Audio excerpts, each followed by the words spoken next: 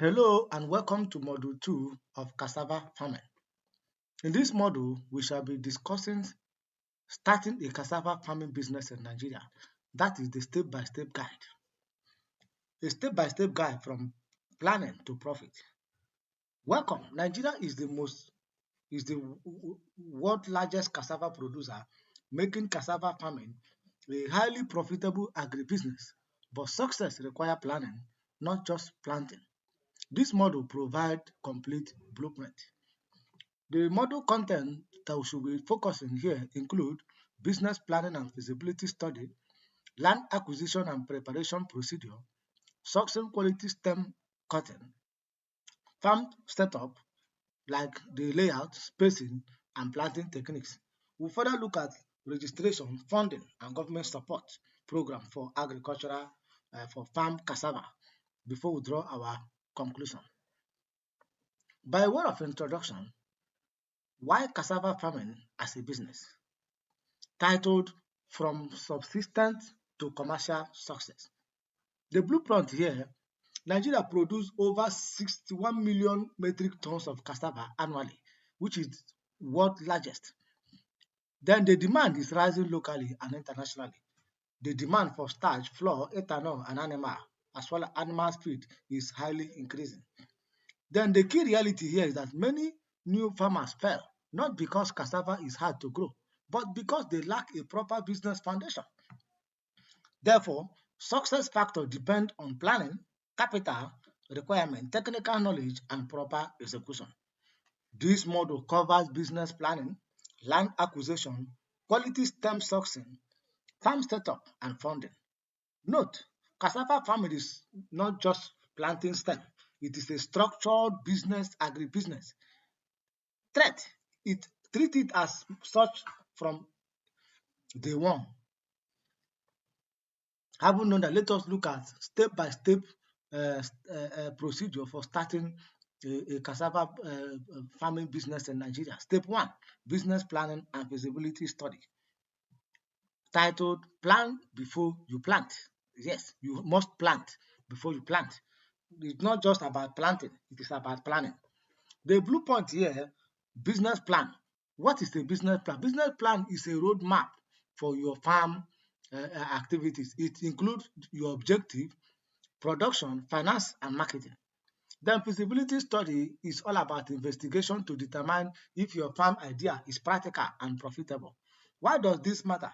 Because it guides decision making, it attracts investors and loans, it reduces business risk, and as well as measure progress against your target.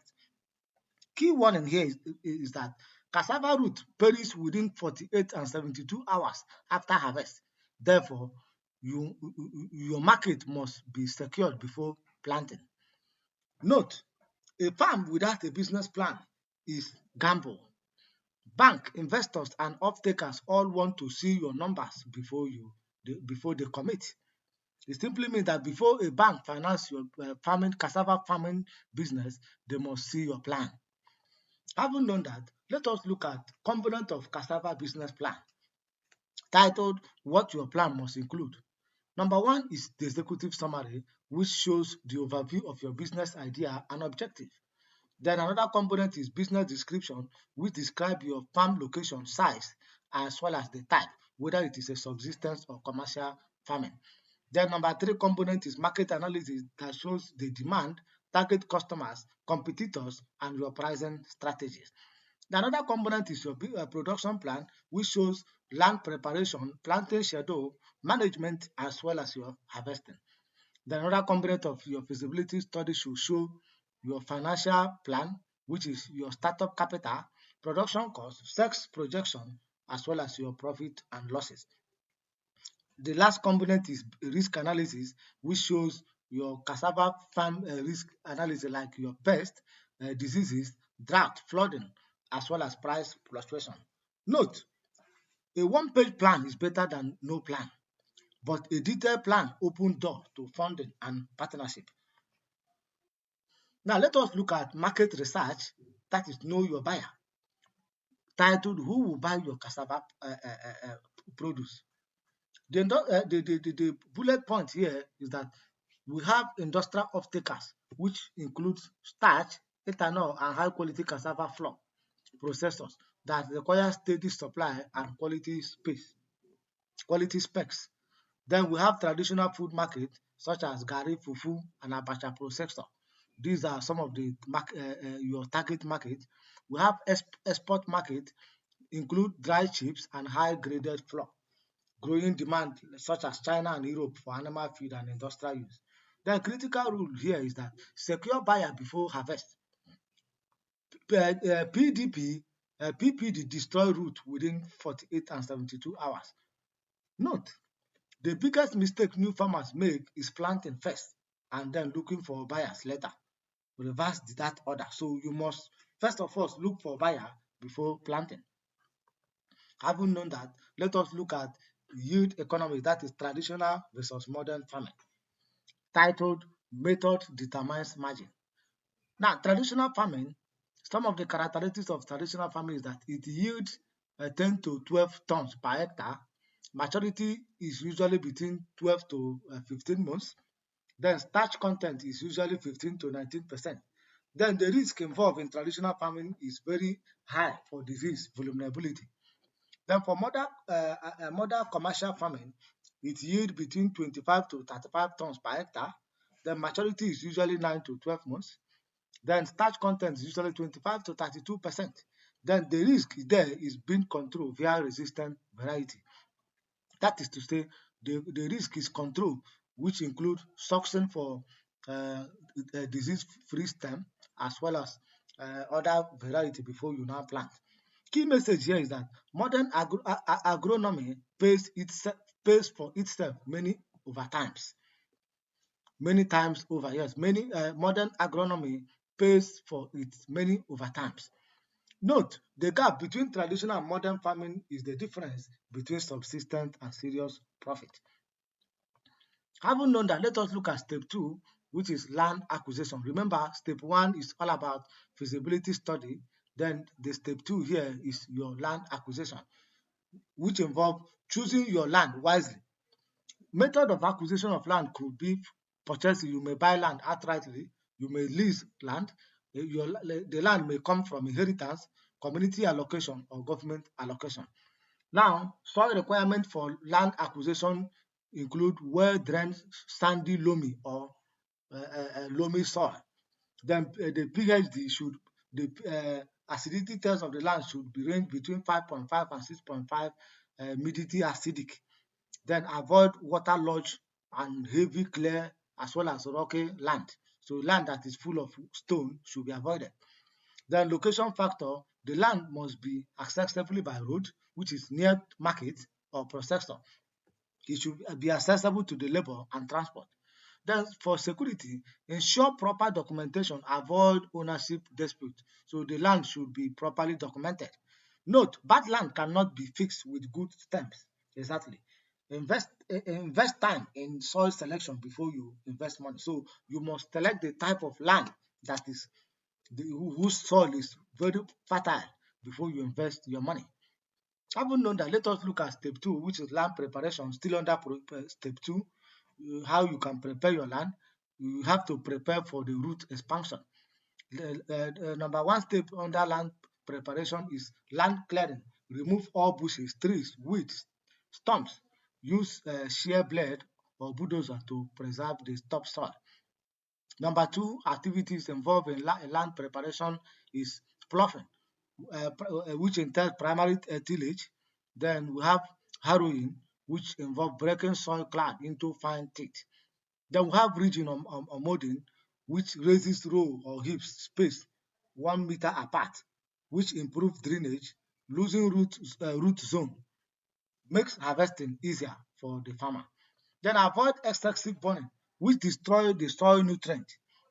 Planting on waterlogged land. Note, root cannot grow without compacted soil. Therefore, proper land preparation is non-negotiable for commercial yield. Let us look at step 3, which is suction for quality stem cutting. Your yield is kept by your stem quality. The risk of unverified local stem include cassava mold diseases. So when you did not verify your stem, you are prone to the following risk: cassava mosaic diseases, CMD, which can reduce your yield by 80%. You may also be resulted to low starch content, which is equals to low market price. Characteristics of quality stem include disease-free stem. Maturity of mother stem should be between 8 to 12 months. Then your stem must be cut between 2 to 3 cm thick, and it should be 4 to 6 healthy nodes. So each of your stem must contain between 4 to 6 healthy nodes per cutting. The cut must be between 20 to 30 cm length. Recommended variety include IITA and NRCRI. Some of them include TME 419, which contain high starch and drought tolerance. We also have TMS 098 and 0505, which result to high yield and rapid canopy. Then we have TMS 98 slash 0581, that is Obasanjo seed, which is disease resistant. Note, free stem from neighbors are the most expensive stem you will ever plant. Buy certified stem from IITA, Go Seed, or NRCI. Having known that, let us look at the step 4, which is farm setup, the layout and spacing, titled 10,000 plants per hectare, which is the golden standard. The standard spacing is 1 meter by 1 meter between rows and between plants, which means you must plant 1 meter space a gap between the row and the plant. So the recommended spacing standard is 1 meter by 1 meter. Then your planting yield should be about 10,000 plants per hectare. Why does this spacing work? It works because it prevents overcrowding and nutrient competition. It allows sunlight penetration and air circulation. It also facilitates weeding, spraying, and harvesting. Then it allows for canopy close at week 12. So when you space your planting, cassava planting, by 12 weeks, the root of the leaves of the cassava will form a canopy which will naturally suppress late weeding. You may not weed your farm again. Then your farm design, divide the farm into blocks with 3-meter access track for equipment and labor movement.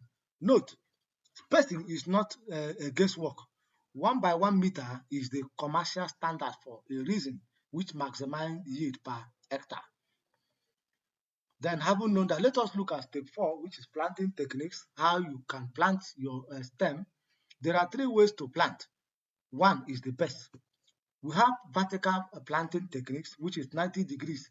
Insert your stem upright, which is good for wet soil, but harvesting deeper.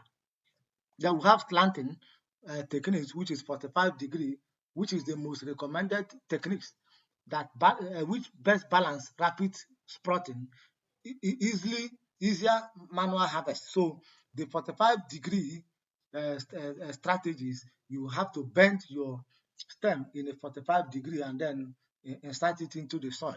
Then we have horizontal planting techniques, which is 0 degrees planting techniques. Thereby you lay the stem flatly on the soil. That is, lay flat in the soil, which protects from drying. It avoids the stem from being dried, and it is good for arid regions, but yields smaller tubers. Then planting depth, you must use between 5 to 10 cm, and then bury about 2/3 of your stem into the soil. Then best time for you to plant, the beginning of the rainy season, at least when the rain must have fallen 3 times at the rainy season, you must begin your planting activities, which encourage soil moisture adequate for sprouting. Then tools used for planting include cutlass, hoe, measuring tape, pegs, and rope for raw marking. Note, the 45-degree slant is the commercial standard. It gives you the best combination of sprouting speed and harvest ease. Let us look at step 5, which is business registration. Having planted, you now go and register your business, titled Get Legal, Get Credible, and Get Funded. The blue point here, why do you need to register? When you register your business, it gives your cassava farm legal recognition, access to loan and grant, business credibility with customers and partners, and ability to participate in government programs. Agencies that is being responsible for agricultural cassava farm registration in Nigeria include Corporate Affairs Commission, register as a business name, limited liability company or corporate society. The another agency is cooperative society, which is group registration for shared benefit. Now, the basic steps include name search. When you want to register your business, you have to search for a name, a suitable name for your cassava farm business. Then complete the form, submit the form, pay the necessary fee, and obtain your certificate. Note: an unregistered farm is invisible to funders. Registration is not an expensive, but having but not having it is very much expensive. So registration is not expensive, but not being registered is very much expensive. Now let us look at funding and government support program for cassava farming, titled "You Don't Have to Fund It Alone." Now, some of the sources of funding for cassava farming include personal savings, families, and friends. So cassava farm can be funded through personal savings, families, and friends. It can also be funded through cooperative society, like in form of loan and input support. Then we have another source of fund, which is Bank of Agriculture, that give agricultural loan to farmers. We have microfinance bank like which is smaller and flexible loan. We have non-governmental organization and development organization that gives grant and training to farmers. Now, some of the government support program in Nigeria we have include Anchor Borrowers Program (ABP), which gives loan and input to farmers. We have Agricultural Credits Guarantee Scheme Fund. We also have Agricultural Development Program (ADP) that provide extension services to farmers. We also have Youth in Agricultural Program that involve youth involvement in agricultural activities. Now, your tip for success include: register your business first, keep your record, write a business plan, and join a cooperative society. Note: government and development funding exists, but you must apply. Know the program, meet the requirement, and submit your application. In conclusion, build a business, not just a farm, titled Plan, Prepare, Plant, and Profit. Cassava farming in Nigeria is highly profitable when approached as a business, not as a subsistence. The critical steps include business planning and feasibility study, which include know your number and market before planting, land acquisition and preparation, which entail right soil, proper ridging, good drainage, quality stem cutting, which includes satisfy disease-resistant, high-starch variety, proper farming setup such as 1 meter by 1 meter spacing, 45-degree planting techniques that yield 1,000 plants per hectare. Lastly, registration, funding, and government support, which include legal identity and financial access. The final message here include: poor planning gives you 10 to 12 tons per hectare, but proper planning gives you 25 to 35 tons per hectare. The difference is not luck. It is all about preparation. Therefore, start right, grow smart, and build a sustainable cassava business. Note: thank you. Go from prospective farmer to commercial agribusiness owner, one plan step at a time. Thank you and have a nice day.